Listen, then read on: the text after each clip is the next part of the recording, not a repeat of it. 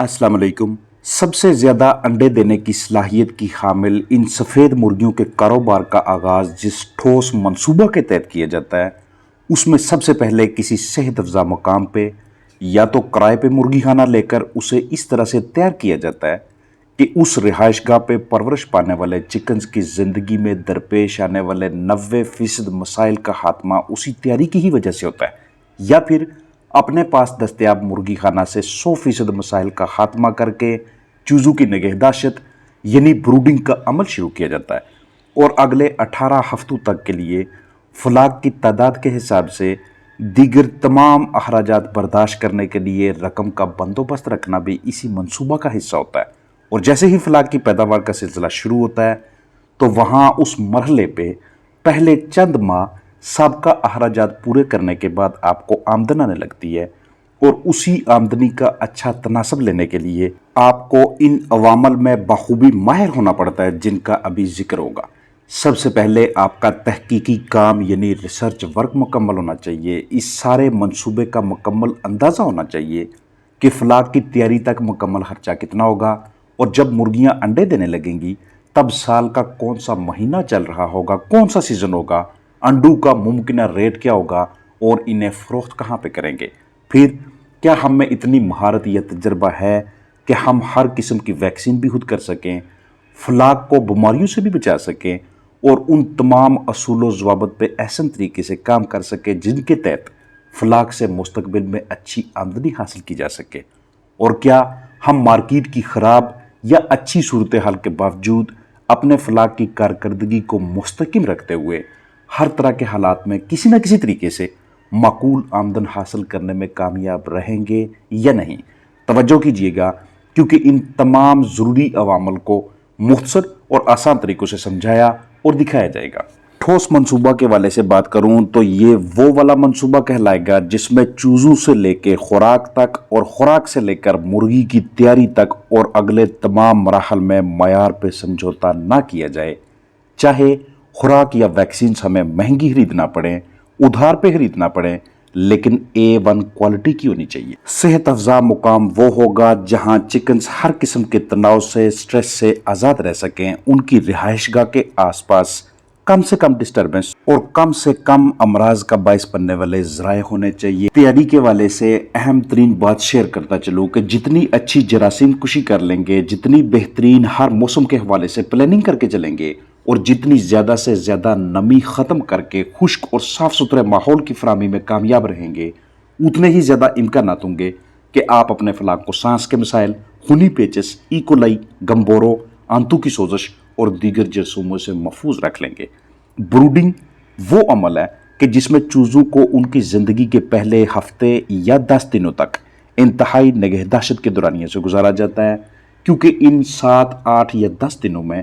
चूज़ों को बहुत कुछ सिखाना भी होता है और उनकी कमज़ोर जिस्मानी ताकत को मद्देनज़र रखते हुए उन्हें मुख्तलिफ माहौलियाती तनाव और अनगिनत अमराज से महफूज रखने के साथ साथ मुनासिब दर्जा हरारत, नमी, हवा का बहाव, आरामदेह बिस्तर, खाना पीना, रोशनी जैसे दीगर अहम अनासर भी अपनी माहिराना सलाहियतों को बरोए कर लाते हुए फराहम करना होते हैं। रिसर्च वर्क में काम के आगाज से पहले, कारोबार शुरू करने से पहले अपने इलाके या ज़िला में मौजूद उन तमाम हजरात से मशावरत और रहनुमाई लेना शामिल है जो पहले से इस कारोबार से मुंसलिक हैं। फार्म्स का विजिट, ब्रीड की खसूसियात जो भी अपने अपने पास रखनी है, अगर ये वाइट ब्रीड है तो इसके तमाम फ़वाइद और नुकसानात के मुकम्मल तफसील, हर मौसम में अंडों की मार्केट और मुमकिन चैलेंजेस का मुकम्मल इल्म लेना ताकि तमाम अनासर का पेशगी इल्म हो और कुछ भी बाद में हमारे लिए नया ना हो। महारत और तजर्बा के वाले से आपको परिंदों के बर्ताव, बीठों, आवाज़ों, आबो हवा, उनके वज़न, यकसानियत और फलाग की सेहत का मुआजना अच्छी तरह से करना आना चाहिए। अपने फलाग को अमराज से महफूज रखने के लिए आपको वैक्सीनेशंस का एक बाकायदा शेड्यूल फॉलो करना पड़ेगा, उसकी पैरवी करनी पड़ेगी। 2 तरह की वैक्सीन होंगी, लाइव भी और किल्ड भी। जो लाइव वैक्सीन होती हैं वो स्प्रे की सूरत में, कतरों की सूरत में या पानी में मिक्स करके बर्ड्स को दी जाती हैं ताकि आने वाली मुमकिन किसी भी किस्म के वायरल, बैक्टीरियल और दीगर प्रॉब्लम से अपने बर्ड्स को बचाया जा सके। दूसरी किल्ड की सूरत में होती हैं जो कि हम टीके की सूरत में अपने बर्ड्स को लगाते हैं उनको इम्यूनिटी फ्राहम करने के लिए कॉक्सी, गम्बोरो, एनडी, आईबी, मैरिक्स, सीएवी और दीगर बहुत सी बीमारियों से। इस मुर्गी की पैदावार के 2 साइकिल होते हैं। एक पहले वाला साइकिल 18वें हफ्ते से शुरू होता है। जैसे ही मुर्गी 26वें, 27वें या 28वें हफ्ते में दाखिल होती है 99% से लेके 100% तक भी अंडों की इसकी पैदावार होती है, बशर्ते कि आपने सही तरह से इसके जिस्मानी नशोनुमा करवा के इसको अब आप अंडों पे लेके आएँ। अब लगातार 55 से 60, 60 से 65 हफ्तों तक इस ब्रीड ने आपको बेहतरीन पैदावार देते रहना है। वहाँ पे जाके अगर आप ये देखें कि मार्केट की सूरत थोड़ी ख़राब होना शुरू हो गई है, मौसम तब्दील हो गया है, अंडों का इतना ज़्यादा रेट नहीं है या फीड के रेट किसी वजह से बढ़ते जा रहे हैं और आपको इतनी प्रॉफिट नहीं हो रही या बहुत कम आमदन आ रही है, तो ऐसी सूरत हाल में 65 हफ्ते, 70 हफ्ते या 60 हफ्तों के बाद किसी भी टाइम पे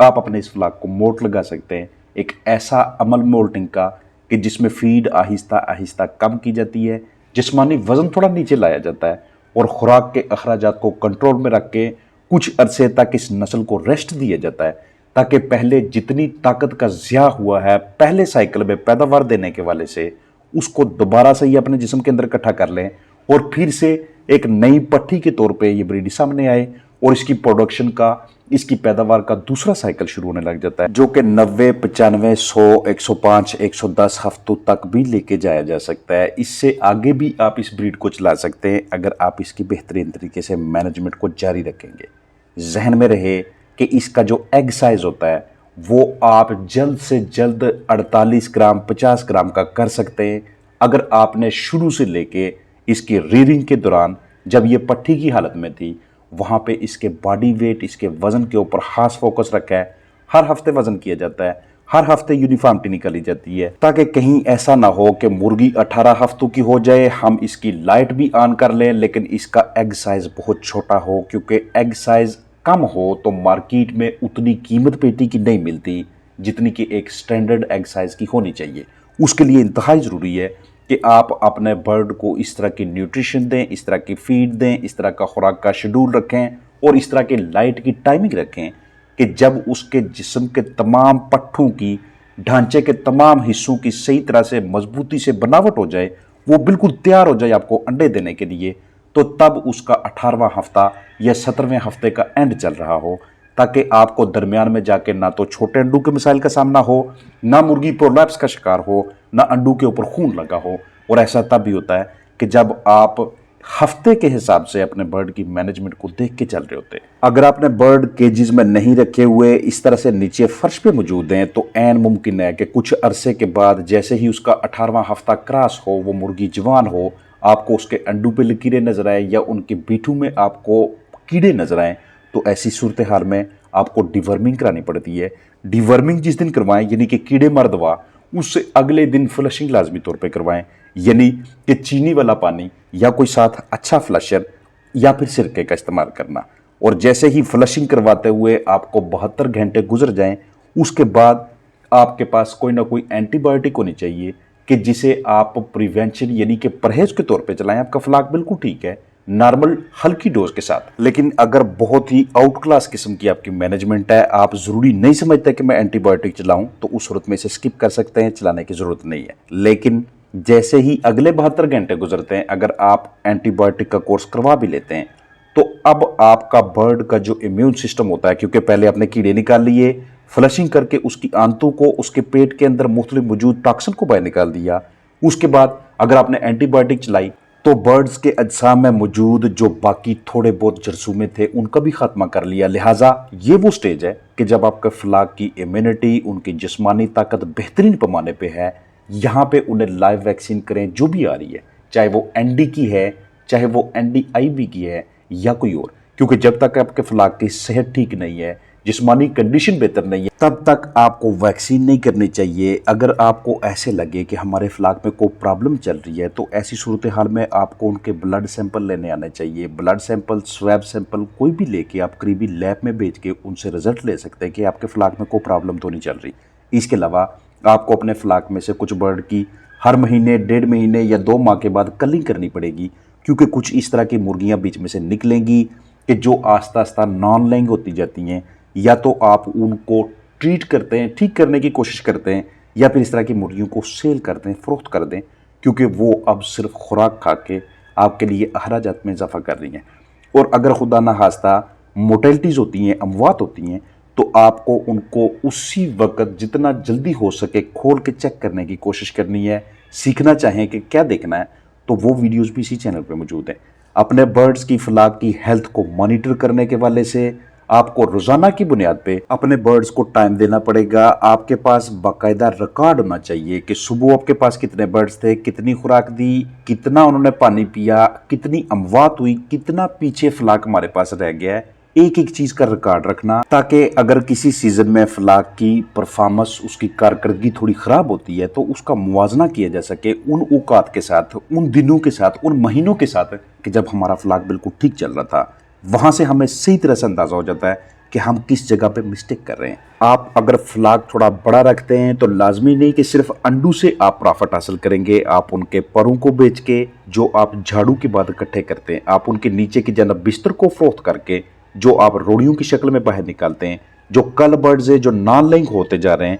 उनको सेल करके इजाफी मेल को, मेल की खारों को, जिसे स्पर्स का नाम देते हैं, फीड के खाली बैग्स को, या पुराना सामान अगर आपके पास मौजूद है तो उसे भी सेल करके फार्म के कुछ अखराजात उसमें से निकाले जा सकते हैं। और आखिर पे अहम तरीन चीज़ बायोसिक्योरिटी, यानी बर्ड्स की फलाक की ज़िंदगी का तहफ़्फ़ुज़। और उसका आसान तरीन तरीक़ाकार ये है कि अंदर की जानब सफाई सुथराई रखनी है आपने, और बाहर से किसी किस्म का कोई जरसूमा अपने फलाक तक, अपने बर्ड्स तक नहीं पहुँचने देना। उसके मुख्तलिफ तरीक़ाकार होते हैं, जिसके हवाले से वीडियो मैंने इस चैनल के ऊपर अपलोड की हुई है। क्योंकि अगर बायोसिक्योरिटी मजबूत नहीं है तो कोई एक भी बाहर से आने वाला जरसूमा हमारे इस सारे मंसूबा को नाकाम बनाने के लिए काफ़ी हो। अपना ख्याल रखिएगा। अस्सलाम वालेकुम वरहमतुल्लाहि वबरकातुहू।